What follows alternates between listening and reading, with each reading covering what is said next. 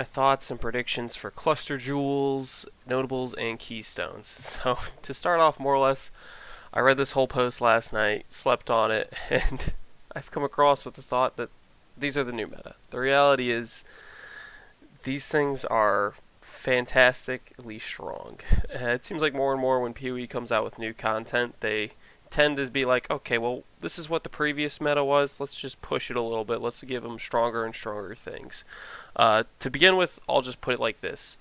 Looking over this, this is probably what is like an optimized Joule like cluster node setup where you have the two sockets on the large wheel, then you go to the medium wheel with the two notables, and then one socket, and then the small wheel.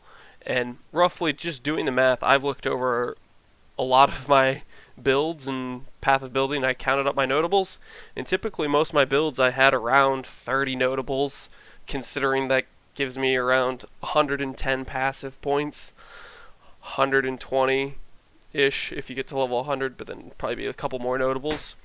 The reality is with that you have about 4 or like high 3.8, 3.7 passives per notable. Whereas these things right here, counting them up, there's like 9 good notables, and with all these points, there's about 26. So you hit sub 3 passive points per strong notable. Here's why this is like super like brokenly strong. It's going to be the meta, is because one, you got efficiency in points where you're getting a notable every 3 passives. On top of that, if you go through and look at these notables, you're not going to find notables that are not going to be good for you. The reality is, when I go over to Path of Building, I'm planning out my build. There's some notables that are going to be way stronger than others that I end up always picking up. Like, for example, if I'm a crit build and I'm going through the assassin tree, I'm always picking up assassination. It's one of the strongest notables for crit on the entire passive tree.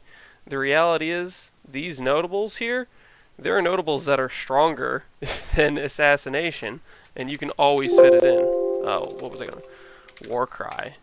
I was going to say, there's one I was thinking of, Warcry. This one right here, assassination is 30 crit chance and 35 crit multi. This thing's 50 and 35.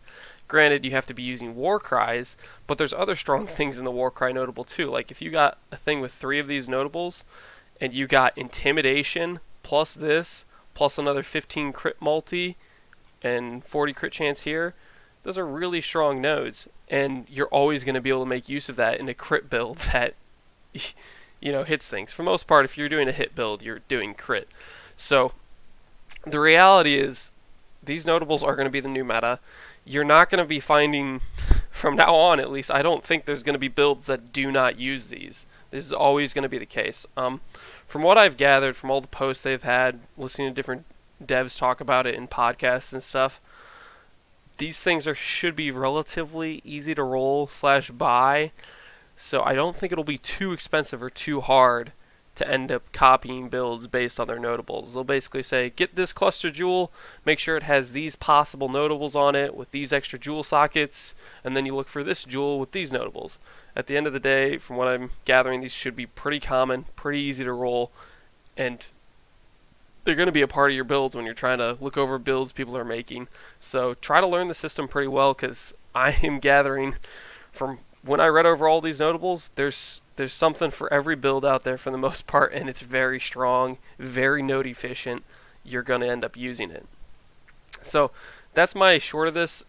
The reality is, I wouldn't be surprised if builds end up commonly taking at least 2 outer passives with 30 passives on these. So I would be, like for example, I'm thinking about making a Hierophant for a starter. The reality is I'm going to end up going out, I'm going to go past these 2 outer notables, and I'm probably going to pick them up. And when I pick them up, I'm going to have another 60 nodes on my tree that are just going to be out here. So my path of building that I'm going to plan this league start, I'm going to plan to have only 60 nodes on the regular passive tree with another 30 out here and 30 out here, something like that. That's kind of the reality of how good these things are. I'm going to plan on using them for my build as league start. Next up, looking at these keystones, There's some that I can see pretty much always using in my builds, versus some that are kind of like useless. I don't want kineticism. Just real quick, if you want to clear maps, this thing sucks. If you're a bow build, you can't pierce, fork, or chain, which basically means you're never going to clear, like, you're not going to clear packs at all. Minus being like Gladiator and having things explode when you kill them, the clear on your bows are going to feel terrible. So stuff like this notable, I can't see getting much use at all, especially considering bleeding, maim, knockback. These are all things that can be picked up easily, and then you don't have to give up pierce, fork, and chain. So this thing is the big loser out of the keystones, but there's a lot of good keystones I could see commonly using.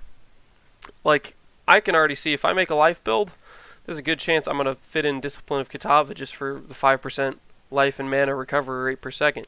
This, while clearing the maps, is going to be 100% uptime. You're not going to get the downside, and it'd be probably pretty easy to figure out a way of getting a Desecrator or corpses to spawn every 4 seconds without actually having to stop your character. There's ways to do trigger spell on skill use. There's a lot of items that trigger the spell, so there's a lot of ways you can get corpses out there. This is often probably going to be a good keystone. If I can go all the way out here and then just attach a jewel and get 5% regen of mana and life per second, basically from this thing, that's going to be nice, and I'm going to pick that up. Discipline Katana I can see getting a lot of use. Lone Messenger, this I don't see getting much use at all. The really only, you're going to have to basically get special snowflakes like myself that are somehow going to try to make a build solely around Herald of Thunder and make it work, or you're going to have just Herald of Agony builds that are going to just use the 25% more damage. I'm not sure, though, if they will end up doing that, considering they might want to actually use other auras and not have their auras disabled. That might be more of a hindrance than the 25% damage is worth for their Herald of Agony builds. I don't know. Nature's Patience, this is another one that I could see, no matter what, if I can get this on the outside here, I'm always going to put it into my build. Every 5 seconds, if I'm just DPSing a boss, I get to a DPS phase, and I can rack up in 5 seconds 20% chance to deal double damage, I'm going to do that. That's an easy thing to fit in pretty much any hit build, and it's worth it. It's always going to be worth it. Also, the 10% less damage taken, this also works for builds that are just going to be juggernauts and just want to face tank builds anyways. This thing you're going to see picked up a lot. This thing you're going to see picked up a lot, I think.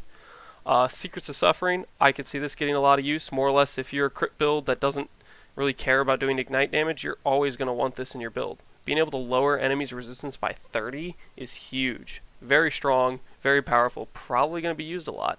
The Brittle effect, probably going to be seeing some use as well, considering there's easy ways to get freeze or chill and shock on enemies, considering skitter bots and a lot of the nodes. There's actually one in here that's like a chilling presence. Yeah, this thing. Nearby enemies are chilled.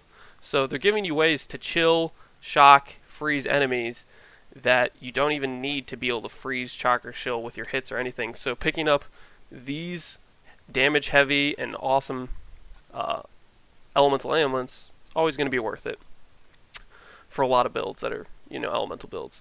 Veterans Awareness, I don't know.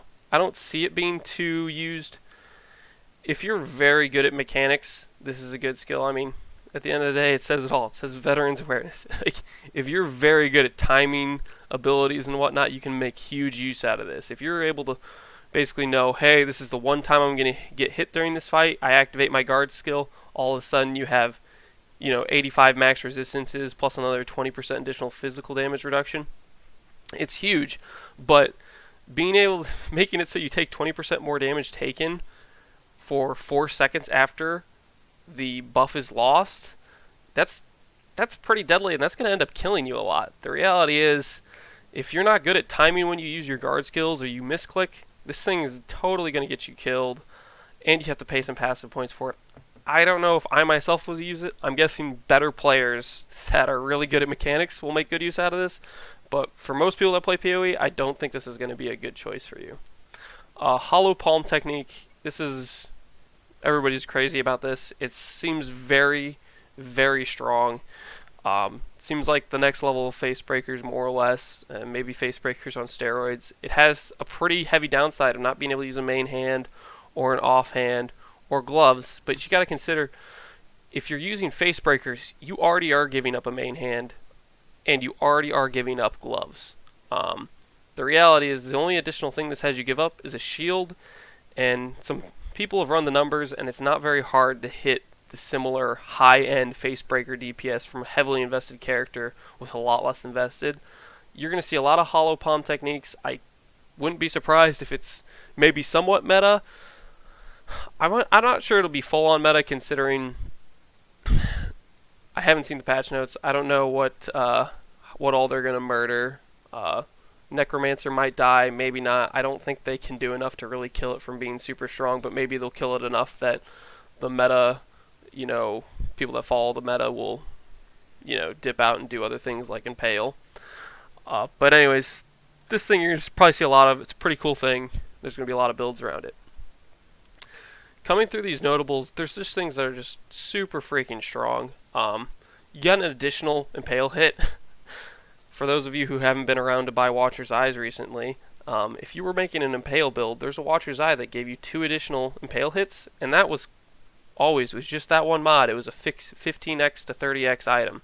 The reality is, with a couple passive points, you can pick up 1 additional hit just like that. You're sitting pretty, my friend. You're sitting pretty. They give you double damage, fizz damage. That's insane. Give you 10 all resist plus 35 fizz damage. That's insane. All these nodes are very insane for Impale builds. Minus 10 total physical damage reduction against your hits, plus 35 fizz damage. These are very strong notables. The reality is, I'm not going to go through all of these. I'm kind of just going to stick it to this brief overview of the keystones and what I think of them. But the reality is these things are very, very strong. They have strong nodes for Axe and Sword. They have strong nodes for Mace and Scepter. They have 3 of each of these more or less. 3 Axe and Sword, 3 Mace and Scepter, 3 Claws, Dagger, 3 Bows, 3 Wands. And then they kind of go through, they hit pretty much every different skill archetype, every different possible build will be able to use stuff in here. So, I definitely keep a close eye on, basically, look at what build you're planning to do, pick out notables you want to get, and start looking for ways to get those notables on jewels with the build you're making, because the reality is it's going to be a lot stronger than what's currently available on this passive tree. I mean, I don't know what kind of updates they're doing for stuff, but the reality is I don't think you can be a lot more efficient to not have to travel across the tree to get specific crit nodes over here when you can go, grab one of these outside jewels and grab a bunch of crit nodes and a bunch of good damage nodes. There's a lot of game-changing ones for different mechanics in here. A lot of very strong stuff. Really just look through the build, look at what you're starting with, look through this list of notables for stuff you're going to use and make use of it. I will say this, the one last thing is some of these notables might only be rollable at item level 84. I think I was watching, I think it was Bay class with Neon and Rory, and I think that's what they said is the highest item level you're going to need for notables is 84. The reality is that's probably only the strongest ones. The vast majority is probably like you only need item level 60, you only need item level 65 or something, So for the most part, your notables you want to get are probably going to be pretty easy to look on. Well, I really hope PoE Trade adapts and allows you to search for, like, say you wanted to search for Prodigious I shouldn't have chose that one. Say you want to search for Advanced Guard. Then hopefully you can type that in and be like, look for cluster jewels with Advanced Guard. Hopefully that's going to be there. Otherwise, you might end up having to roll these yourself to some extent. But the reality is, I would plan on working out a build based on these, or get used to the reality that people are going to make builds with these, and that's going to be kind of the standard for build makings from this point on, unless they discontinue them. So that's my hot take on the new cluster notables and jewels. Hope you guys appreciate the information, the little rant I have on them. You guys have a good one.